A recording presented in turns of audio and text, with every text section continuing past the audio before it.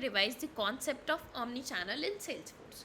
So what will happen, say you are getting a lot of cases and you have limited agents, you want to distribute the cases between those agents. Okay, this should happen automatically. What you will do is that since your company is there and then that company supports, you will have some premium customers, you will have some customers based on different regions, or high priority cases, low priority cases. You will have different categories of the cases. So you will be creating queue for the same, right? So we will have different queues which will further have some agents present in the queues. Now what will happen, this queue will be able to distribute the work between agents based on some criteria.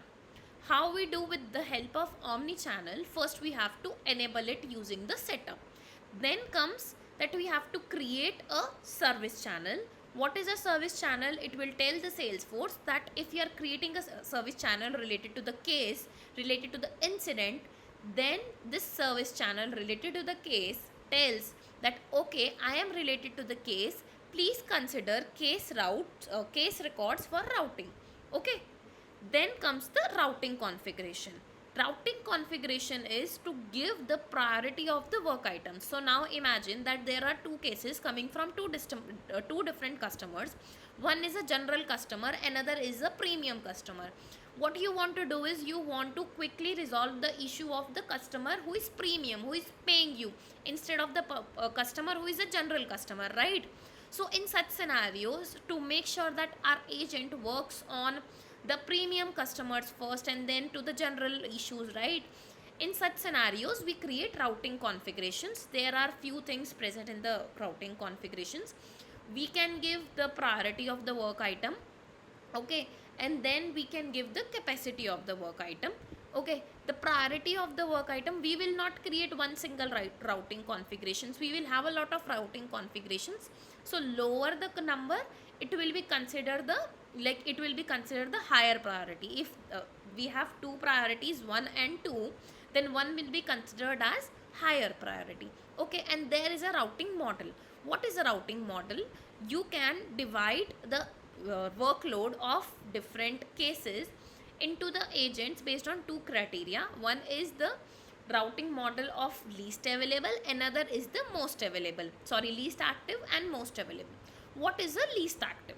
Imagine there are two agents, okay, one agent has a total of 5 work, total of 5 capacity, with 2 work already assigned to them. Okay, another agent has a total of 10 capacity and 5 work is already assigned to them.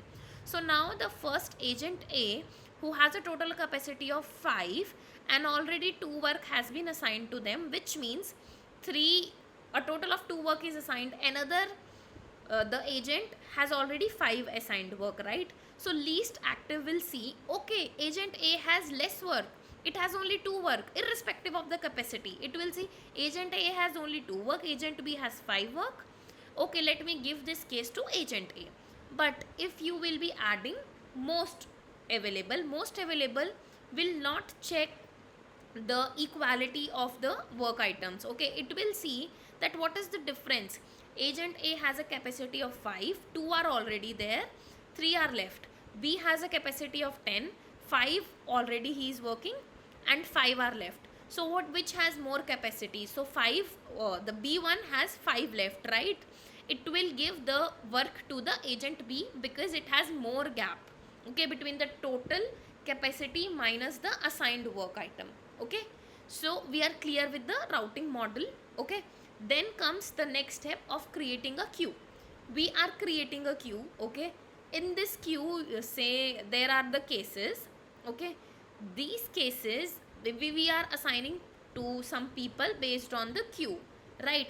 As soon as there are the cases present in the queue, in that scenario we are going to add the routing configuration to the queue. Okay, it will tell that there is a queue is a high priority.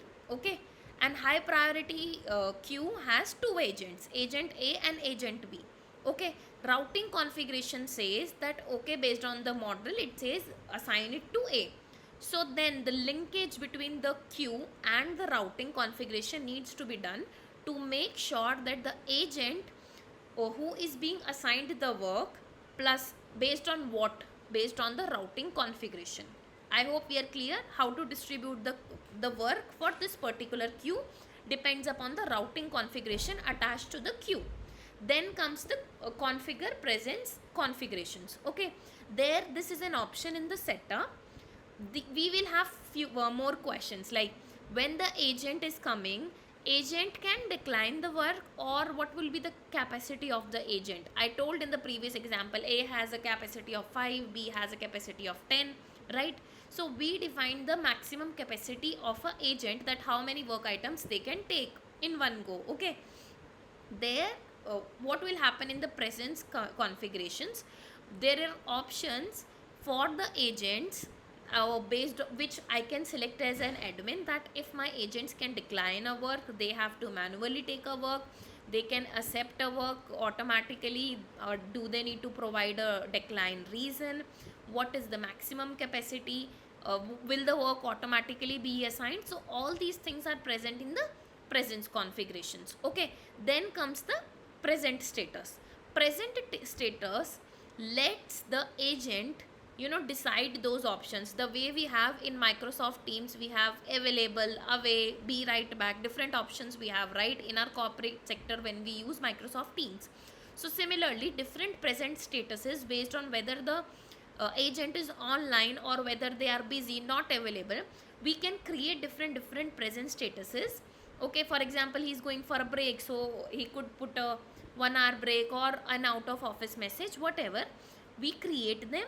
And the next thing is to add it to a service channel. Okay, we will create some present statuses such as to say online and offline, and a third could be OOO, out of office. Okay, we created 3 present statuses.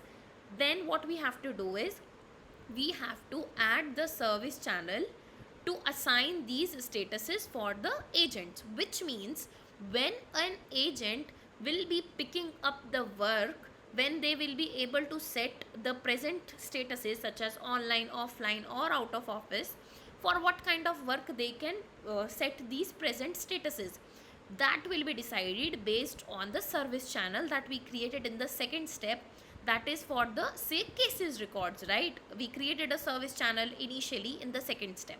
I hope we are clear with the 6th step. Then comes the 7th step, which is assign the we have already created online, offline and out of office. How to let agent have the access of these 3 records that or these 3 items that we have just now created, online, offline and out of office, we have to explicitly assign it to our agent. How we will assign it to our agent? Agent is nobody but a user, right? We have to either provide the access using profile or a permission set. What would be the permission set or the profile access? We have to enable service presence status accesses. Okay, and then we have to assign it to the user. Once we are done with this entire setup, I will reiterate each one. We have to enable the omni-channel, we have to create a service channel, then we have to create a routing configuration. Service channel will have the kind of objects the agents will be dealing with, object records. Routing configuration will divide how the work items will be defined. Queue will have basically whenever a case the owner is a queue, then it will start distributing the work, right? And how the work will be distributed would be decided by the routing configuration attached to a queue. Then comes the configure presence configurations, which means we can decide that if the agent can decline a work, what would be the maximum capacity of the agent, is the work automatically assigned. These all things we do it in the presence configuration. Then comes the present statuses. These present statuses, online, offline, out of office or n number of statuses we can create based on available or busyness of the agent. Once we create these statuses, to make sure that the agent is able to select the right option, online, offline or out of offices, for such type of records we need to make sure that we add the service channel to the present statuses, right?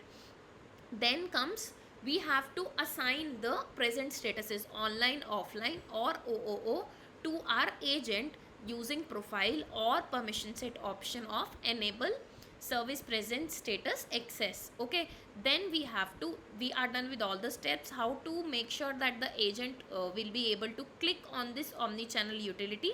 We have to go to our setup, open app manager. In the app manager, open, say, service console is the application.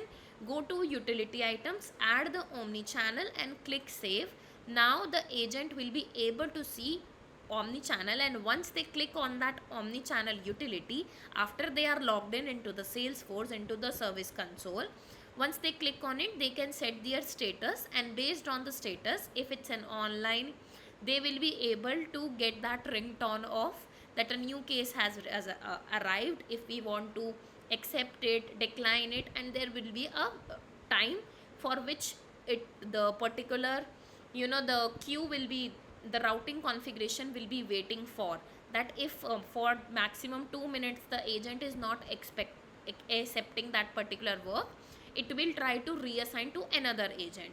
I hope we are clear with the omni channel. I will create another video which will include skill based routing and other leftover, the topics. Let me know if you have any doubts in this topic. Thank you so much.